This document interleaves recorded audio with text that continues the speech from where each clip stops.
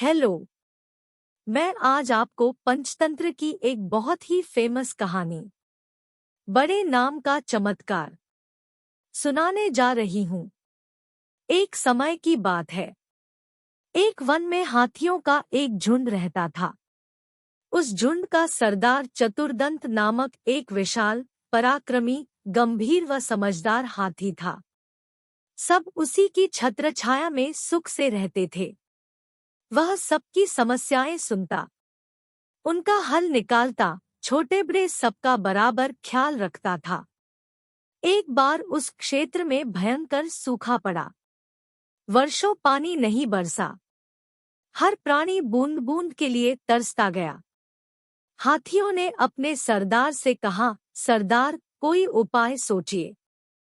हम सब प्यास से मर रहे हैं। हमारे बच्चे तड़प रहे हैं। चतुर्दंत पहले ही सारी समस्या जानता था। सोचते सोचते उसे बचपन की एक बात याद आई। चतुर्दंत ने कहा कि मेरे दादाजी कहते थे, यहाँ से पूर्व दिशा में एक ताल है जो भूमिगत जल से जुड़े होने के कारण कभी नहीं सूखता। हमें वहाँ चलना चाहिए। सभी को आशा की किरण नजर आई। हाथियों का झुंड चतुर्दंत द्वारा बताई गई दिशा की ओर चल पड़ा। बिना पानी के दिन की गर्मी में सफर करना कठिन था। आता हाथी रात को सफर करते। 5 रात्रि के बाद वे उस अनोखे ताल तक पहुंच गए। सचमुच ताल पानी से भरा था। सारे हाथियों ने खूब पानी पिया, जी भरकर ताल में नहाए व डुबकियां लगाईं। उसी क्षेत्र में खरगोशों की घनी आबादी थी। उनकी शामत आ गई। सैकड़ों खरगोश हाथियों के पैरों तले कुचले गए। उनके बिल रौंदे गए। उनमें हाहाकार मच गया।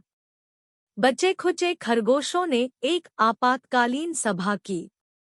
एक खरगोश बोला, हमें यहाँ से भागना चाहिए।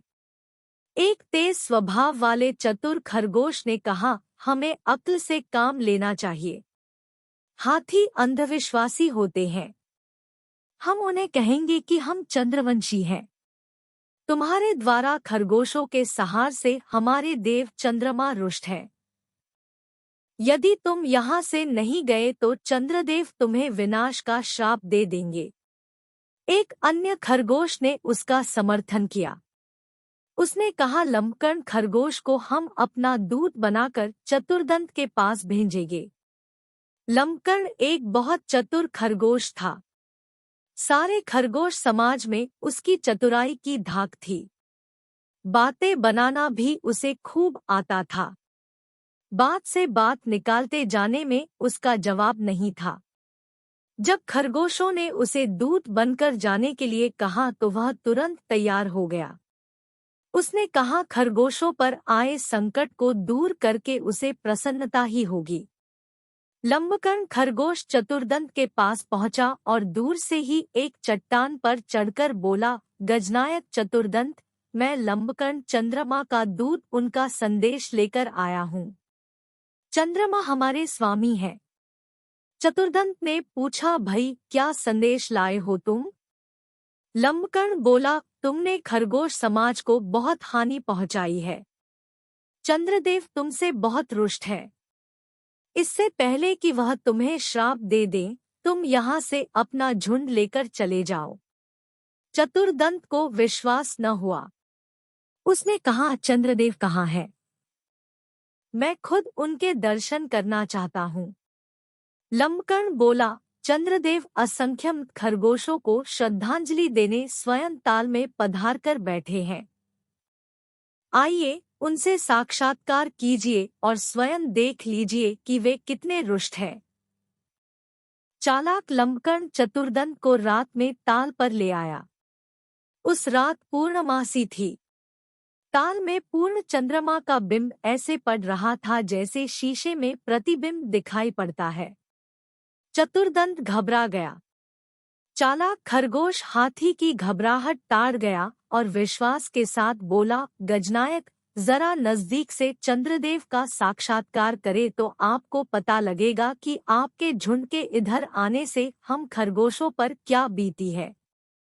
अपने भक्तों का दुख देखकर हमारे चंद्रदेव जी के दिल पर क्या गुजर रही है। लंबकर्ण की बातों का गजराज पर जादू सा असर हुआ। चतुर्दंत डरते डरते पानी के निकट गया और सूंड चंद्रमा के प्रतिबिंब के निकट ले जाकर जांच करने लगा। सूंड पानी के निकट पहुंचने पर सूंड से निकली हवा से पानी में हलचल हुई और चंद्रमा का प्रतिबिंब कई भागों में बंट गया और विकृत हो गया। यह देखते ही चतुर्दंत के होश उड़ गए। वह हड़बड़ाकर कई कदम पीछे हट गया। लंबकर्ण तो इसी बात की ताक में था। वह चीखा, देखा, आपको देखते ही चंद्रदेव कितने रुष्ट हो गए। वह क्रोध से कांप रहे हैं और गुस्से से फट रहे हैं। आप अपनी खैर चाहते हैं तो अपने झुंड के समेत यहाँ से शीघ्रातिशीघ्र प्रस्थान करें, वरना चंद्रदेव पता नहीं क्या श्राप दे दें। चतुर्दंत तुरंत अपने झुंड के पास लौट गया और सबको सलाह दी कि उनका यहाँ से तुरंत प्रस्थान करना ही उचित होगा।